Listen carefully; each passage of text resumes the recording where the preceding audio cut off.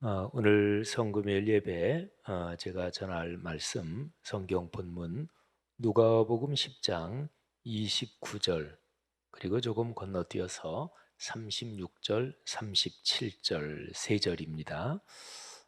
거룩하신 하나님의 말씀 우리 같이 봉독하겠습니다. 그 사람이 자기를 옳게 보이려고 예수께 여짜오되 그러면 내 이웃이 누구니이까? 내 생각에는 이 세 사람 중에 누가 강도 만난 자의 이웃이 되겠느냐? 이르되 자비를 베푼 자니이다. 예수께서 이르시되 가서 너도 이와 같이 하라 하시니라. 아멘. 누가복음 10장은 1절부터 42절까지 아주 일관된 주제를 갖고 있습니다. 그 주제는 하나님의 말씀이 삶으로 이어져야 한다. 그런 주제가 1절부터 맨 마지막 절까지 흐릅니다.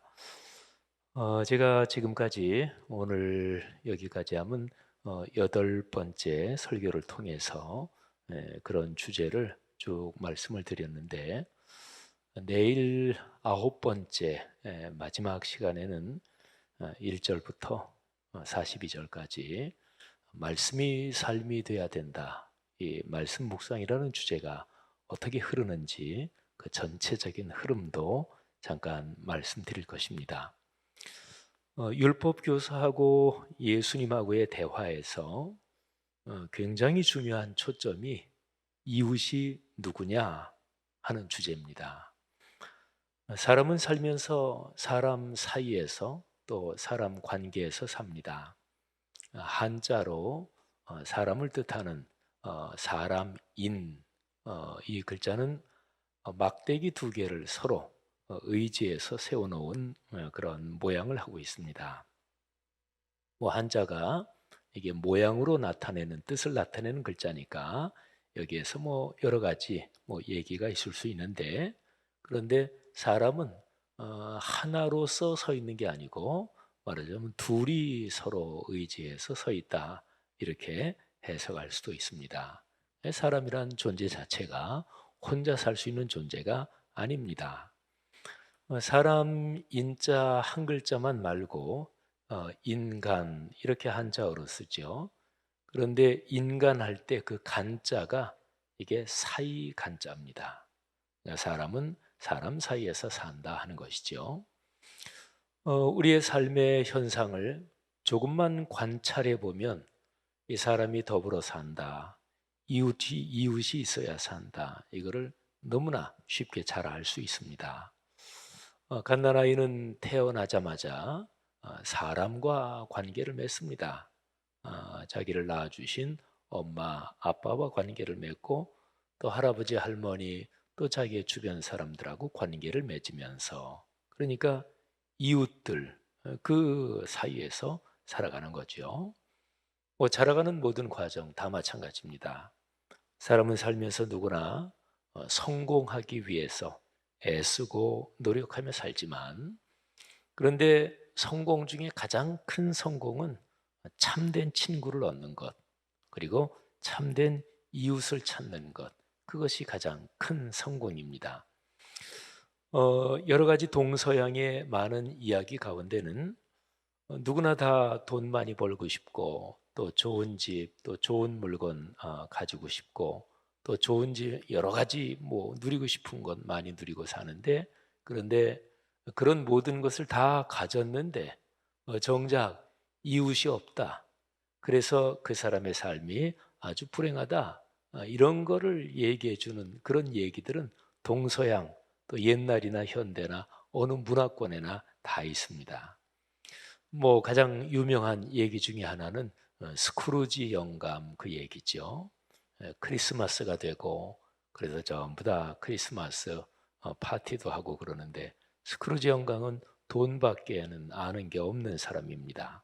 그런데 그 스크루지 영감이 꿈을 꾸면서 자기가 아주 그냥 험한 꼴을 당하는 그러면서 이제 스크루지 영감이 사람이 새롭게 바뀐다는 그런 얘기지요. 사람은 이웃이 있어야 삽니다. 주변 사람이 있어야 삽니다. 그러면 이웃은 누가 과연 참된 이웃일까요? 율법 교사가 예수님을 공격하기 위해서 예수님에게 질문을 던지고 또 그렇게 대화가 이어지는데, 그중에서 율법 교사가 내 이웃이 누굽니까? 하고 예수님에게 질문을 합니다. 근데 이 질문도 율법 교사가 예수님하고 말싸움 하자, 이렇게 싸움을 건 얘기입니다. 10장 29절에 이 율법 교사가 자기를 합리화하고 정당화하려고 예수님께 묻습니다. 내 이웃이 누굽니까? 예수님께서 이 율법 교사의 질문에 대답을 해 주시려고, 그러니까 이웃이라는 게 이런 거다, 이렇게 가르쳐 주시려고 해 주신 얘기가, 그게 바로 선한 사마리아 사람 이야기입니다. 어떤 사람이 예루살렘에서 여리고로 내려가다가 강도를 만났고 있는 거 다 빼앗겼을 뿐 아니라 죽을 정도까지 됐습니다. 뭐 칼에 찔렸는지 둔기로 얻어맞았는지 뭐 그런 묘사까지는 나오지 않지만 거의 죽었다, 죽을 정도가 됐다, 이렇게 하는 걸 보면 뭐 몇 대 맞아서 사람이 죽을 정도가 되지는 않잖아요. 그러니까 피투성이가 됐고, 그리고 거의 죽을 정도까지 아주 험한 꼴이 됐습니다. 그렇게 쓰러져 있는 사람 옆을 제사장이 지나가다가 보는데 그냥 도와주지 않고 피해서 지나갑니다. 또 레위인 한 사람도 또 그렇게 그 자리에 지나가다가 그 사람을 봤는데 도와주지 않고 피해서 지나갑니다. 그런데 세 번째 사마리아 사람 한 사람이 지나가다가 그것을 보고, 그리고 불쌍히 여기고, 그리고 가까이 가서 응급 치료를 해주고, 그리고 자기의 짐승에 태워다가, 그리고 자기가 늘 왔다 갔다 하면서 들르는 주막에 들어가서 이 사람 치료를 부탁합니다. 그리고 자고서 그 다음날 자기는 아마도 장사하는 사람일 듯한 이 사람이 그 주막을 떠나면서 이틀치 사람의 품삯 정도 되는 돈을 주고, 우리나라 돈으로 하면 한 2, 30만 원, 3, 40만 원을 주면서 이 사람을 잘 돌봐 주십시오.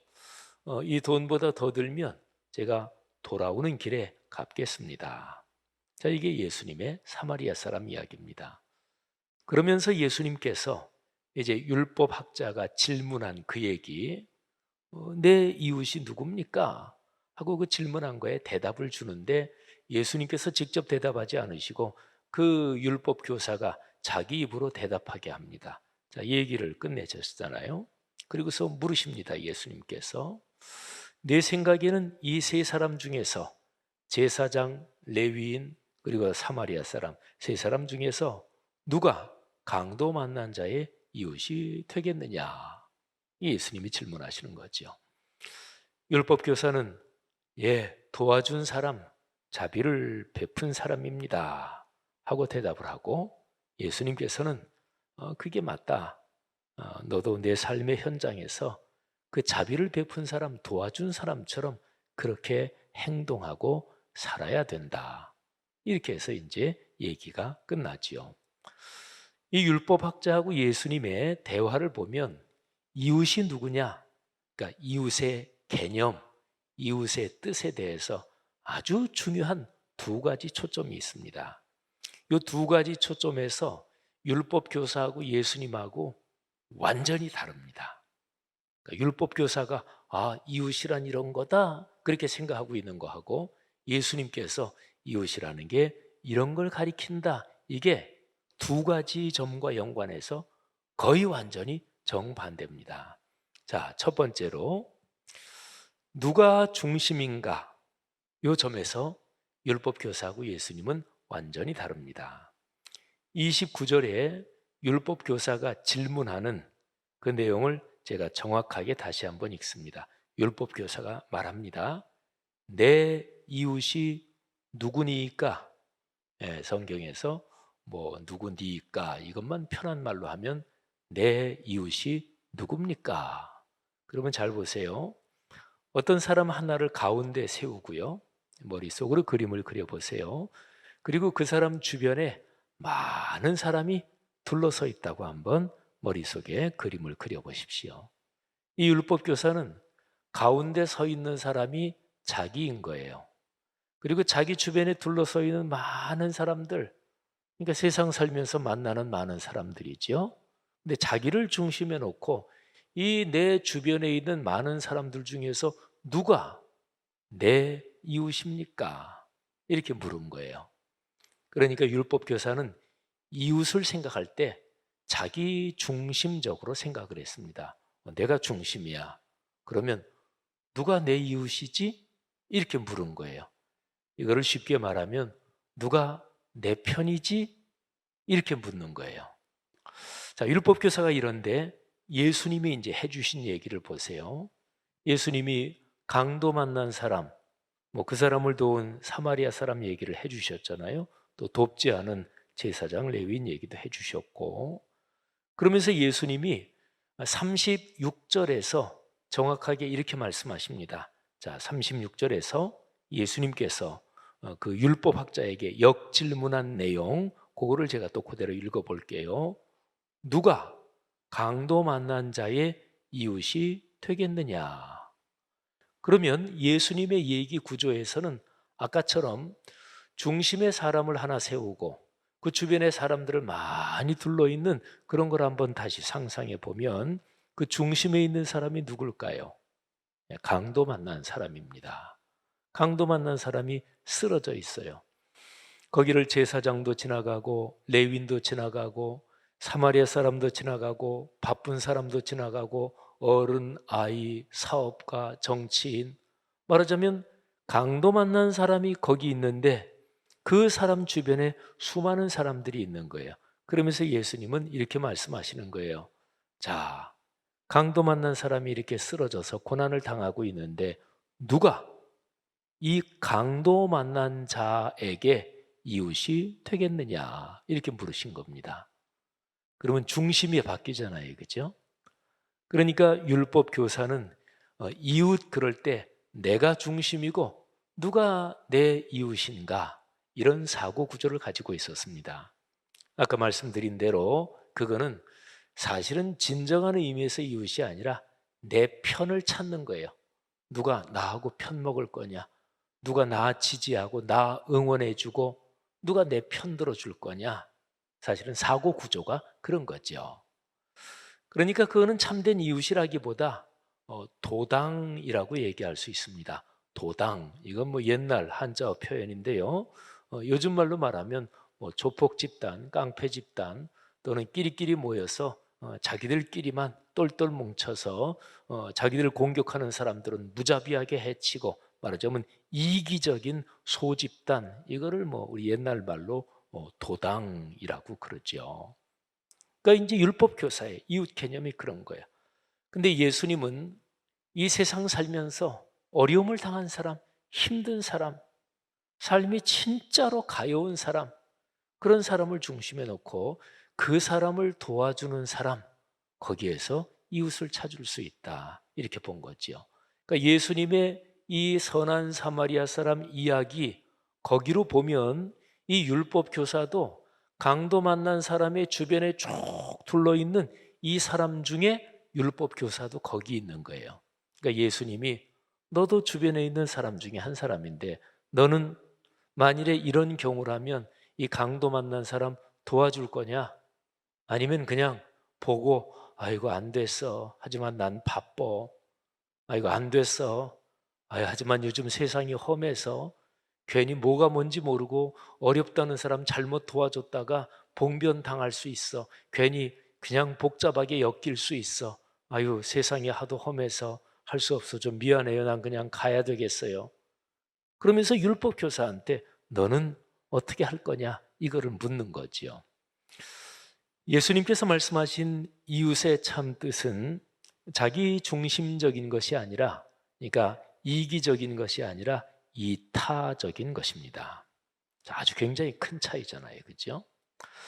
자, 그 다음에 두 번째 차이가 있습니다. 예수님하고 율법 교사가 가지고 있는 이웃에 대한 뜻에서 두 번째 차이는 이런 겁니다. 고정적인 것인가 아니면 되는 것인가 하는 것입니다. 요거는 그야말로 우리 한글 번역도 참 번역이 잘 됐는데요. 요거를 정확하게 읽어야 됩니다. 다시 29절에서 율법 교사가 예수님한테 질문한 게 이겁니다. 내 이웃이 누굽니까? 이렇게 질문해요. 그러니까 주변에 있는 많은 사람 중에서 이 사람이 내 이웃인가? 이 사람이 내 이웃인가? 내 이웃이 누굽니까? 어떤 사람을 딱 찍어서 어떤 사람이 내 이웃입니까? 이렇게 물은 거예요. 정확하게 내 이웃이 누굽니까? 이렇게 했으니까. 그런데 36절에 예수님께서 물으시는 이 한글 번역 성경을 정확하게 한번 들어보세요. 누가? 예수님도 누가, 누구 이거를 말씀하시긴 하셔요. 그런데 잘 들어보세요. 누가 이 강도 만난 자의 이웃이 되겠느냐? 그러니까 누가 되겠느냐? 예수님이 이렇게 물으십니다. 율법 교사는 누굽니까? 이렇게 묻잖아요. 근데 예수님은 강도 만난 사람을 가운데 놓고 그리고 주변에 쭉 둘러서 있는 사람 중에서 자, 여기 어려운 사람이 있는데 누가 이웃이 되어 주시겠습니까? 이렇게 묻는 거예요. 그러니까 이웃은 고정된 어떤 사람이 아니라 어려운 사람을 도와주는, 행동하는 그 과정을 걸어가는 그 사람이 이웃이 되는 것입니다. 그러니까 이웃은 고정된 사람이 아니고 어려울 때 어떤 사람을 도와주는 사람이 그 상황 속에서 이웃이 되는 거예요. 그러니까 이웃은 사건 속에서 계속해서 생기는 거죠. 자, 그럼 보세요. 이거는 굉장히 중요합니다. 율법학자가 내 이웃이 누구냐? 그러면 어떤 사람이 내 이웃이다? 나랑 친해졌어요. 또 서로가 도와주기도 하고 도움받기도 하고 또 신세지기도 하고 애경사에 서로 품앗이 하기도 하고 뭐 동서양을 막론하고 인간 자체가 살아가는 모습이 사실은 다 그런 것입니다. 그리고 또 어떨 때는 내 사업이나 또는 뭐 어떤 거에서 굉장히 아주 깊게 신세를 지고 또 나도 그게 고마워서 그 사람 뭐 할 때 정성을 다해 챙겨주고 그럼 점점 더 가까워지잖아요. 그러면 이 정도 된 사이에서는 사실은 옳으냐 그르냐 이거는 사실은 이미 물 건너갑니다. 그 사람이 하는 거는 틀려도 아유, 그 사람 신세진 게 있는데 나 그 사람은 도와야 돼. 잘못한 거 못된 거 하는데도 아니야, 나 그 사람 외면할 수 없어. 그러니까 이거는 참된 이웃이 아니고 그냥 아주 가까운 내 편, 내 사람, 우리끼리 이런 거지요. 이게 나쁘다고만은 볼 수 없어요. 사람 사는 게 다 그렇지요, 뭐. 그런데 이렇게 자기끼리 딱 편을 먹고 그리고서 요 집단의 이익만을 추구하기 위해서 다른 사람을 왕따시키고 다른 사람을 공격하는 거 요거는 못된 거지요. 이게 악한 겁니다. 그게 이제 말하자면 조폭 집단의 그 생리고 그걸 가리켜서 옛날 점잖은 말로 한자어 표현으로 도당 이러는 거지요. 이거는 닫힌 집단입니다. 딱 우리 편 이렇게 하고 딱 닫아 놓는 거잖아요. 혹시나 거기 누가 들어오려면 신고시켜야 돼. 그리고 우리 편 한 편 되면 조직을 배신하면 조직의 쓴맛을 봐. 좀 뭐 이런 어떤 집단을 얘기하면 이제 그런 거죠. 예수님의 이웃 개념은 다릅니다. 그러니까 이웃은 인간이 세상을 살아가면서 사람은 행복하지만은 않습니다. 불행을 겪는 사람들이 있습니다. 우크라이나 전쟁처럼 참담한 참극을 겪는 그런 상황도 있습니다. 그런데 그런 사람, 내 주변에 또는 이 세상에서 그런 걸 볼 때, 아, 도와야지. 그럴 때 나는 그 어려운 사람에게 이웃이 되는 것입니다. 또 내가 뭐 강원도 산불 피해 났다. 그래서 뭐 우리 교회에서 그것 때문에 헌금하네. 그러면 내가 뭐 10,000원, 20,000원, 뭐 내가 나 그거 돕는데 좋은 일 하는데 도와야지. 그러면 내가 강원도 산불 피해 당한 어떤 사람 내가 직접 돕진 않아도 우리 말씀삼 공동체가 그 사람들의 이웃이 되는 거지요. 그렇게 보면 이웃이다, 이웃이 된다. 이거는 사람이 살면서 계속해서 어떤 특정한 상황 속에서 사건으로 일어나는 거예요. 다친 집단이 아니에요.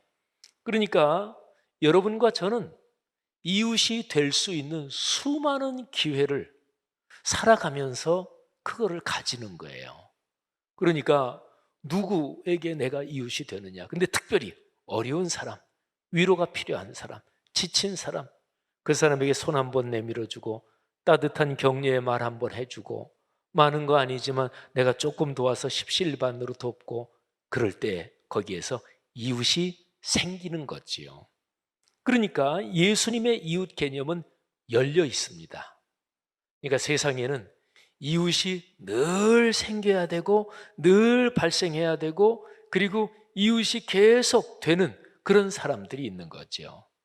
그러니까 이런 구조에서는 이 세상에 어려움을 당한 사람들한테는 그리스도인은 다 이웃이 되어줄 수 있는 거예요. 그러면 여기서 딱 닫힌 우리 편 이게 아니잖아요, 그죠? 다 열려 있잖아요. 이거를 가리켜서 인도주의라고 그럽니다. 일반적인 표현으로. 우리나라 옛날에 단군 신화, 민족 탄생 설화 거기에 보면 단군 신화 그 이념이 홍익 인간이잖아요, 그죠? 홍자가 넓을 홍자입니다. 익자는 이롭게 한다. 그러니까 넓다.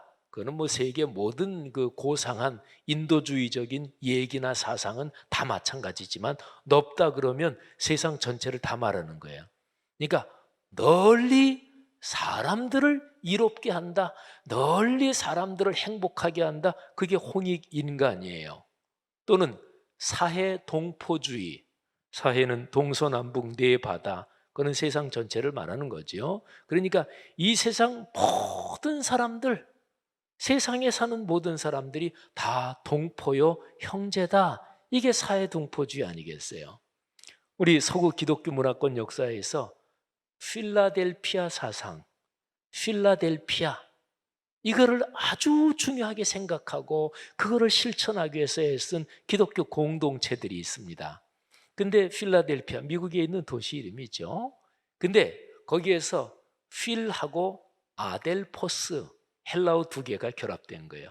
필, 이거는 필리아, 헬라어로 사랑이라는 뜻입니다. 아가페란 단어도 있고 또 필리아라는 것도 사랑이라는 단어고 헬라어에는 사랑을 표현하는 단어가 몇 개가 있어요. 근데 그 중에 하나가 필리아, 이건 사랑이에요. 그리고 아델포스, 이게 형제, 동포 이런 뜻입니다. 그러니까 이 세상의 모든 사람은 다 형제요 동포다. 이게 기독교적인 필라델피아 사상이죠. 필라델피아, 그 도시 이름 아주 잘 지은 거죠. 사랑하신 여러분, 이게 바로 예수님의 이웃 개념이에요. 예수님이 말씀하신 이웃 개념, 그거는요, 예수님 자신이 그렇게 어려움을 당한 사람한테 늘 다가가셔서 이 선한 사마리아 사람처럼 예수님은 이웃이 되어 주셨습니다.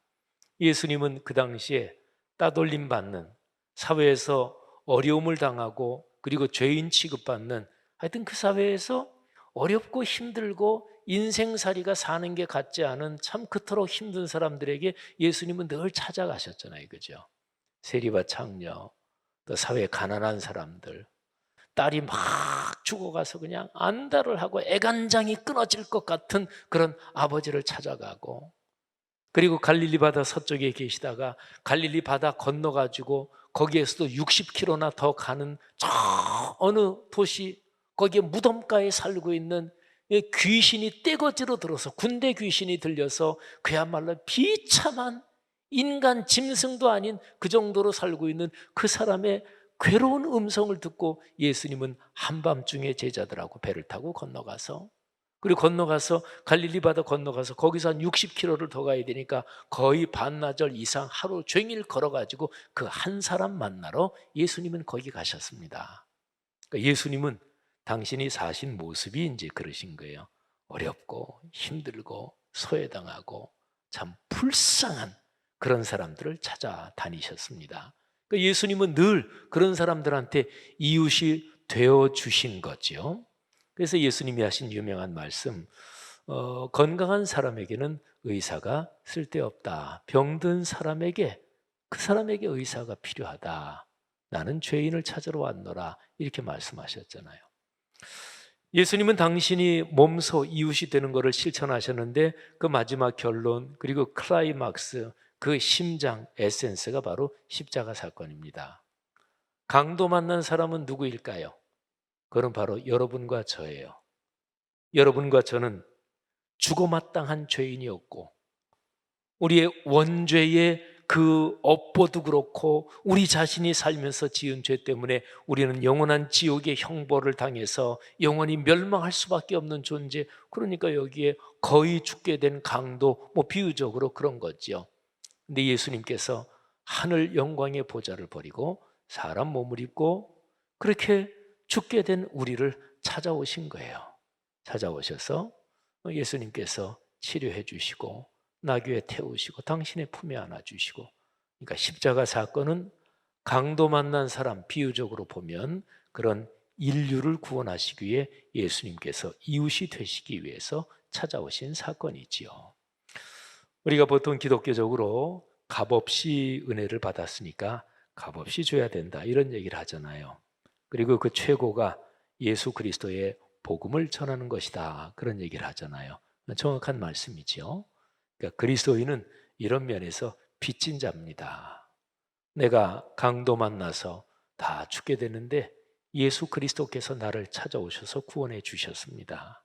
그런 은혜를 받은 내가 또 불쌍한 사람, 그 사람 보고 그냥 있으면 안 되잖아요. 우크라이나 여러 나라들이 돕는데 그 우크라이나의 젤렌스키 대통령이 이제 우리나라도 옛날에 전쟁을 겪었던 이런 거를 얘기했다고 그래요. 그렇죠. 우리가 6.25 전쟁, 비참한 전쟁을 겪은 민족이고 또 일제의 일본 제국주의의 아주 잔인한 통치를 겪은 민족이니까 이 세상에 우크라이나든 미얀마든 어디든지 간에 아주 어려움을, 전쟁이나 굶주림이나 그런 거를 겪는 민족을 우리 대한민국은 마땅히 도와야 됩니다. 그게 바로 김구 선생이 말씀하신 나라와 민족에 대한 소망이에요. 내 나라가 침략을 당했으니 나는 군사력이 강한 거는 원치 않는다. 그냥 침략을 당하지 않을 정도의 군사력이면 좋다. 등등 그런 얘기를 하시면서 내가 무엇보다 원하는 거는 고결한 정신 문화를 가진 그런 나라다. 그렇죠. 그런 가치를 지니고 있어야 그게 품위가 있고 그게 사람다운 거고, 신앙적으로 말하면 그게 바로 신앙인다운 거지요. 사랑하는 여러분, 2022년 이제 고난주간성 금요일에 십자가의 은혜를 그렇게 묵상하며 우리 마음속에 다시 한번 다짐하십시다. 주님, 살아가면서 강도 만난 사람, 이렇게 비유적으로 해당되는 사람이 있을 때 하나님, 제가 힘이 닿는 대로 많든 적든 그 사람을 위해서 기도하며 또 도움의 손을 내밀며 그렇게 이웃이 되어가며 그렇게 살겠습니다. 이런 기도가 여러분과 제게 넉넉하기를 주님의 이름으로 축복합니다. 오늘 뉴스를 들으니까 이제 18일부터 마스크 외에 거리두기는 다 이제 해제가 된다고 그러더라고요. 그리고 25일에는 코로나19를 일종 전염병이죠. 근데 2종 전염병으로 그렇게 규정을 한다 그래요. 그러면 이제 우리나라가 그야말로 전 세계에서 팬데믹, 세계적인 전염병의 대유행, 이게 팬데믹이죠. 거기에서 엔데믹은 계절성 풍토병 이 정도 뜻인데 우리나라가 세계 최초로 팬데믹에서 엔데믹으로 그렇게 전환되는 나라가 되는 것입니다.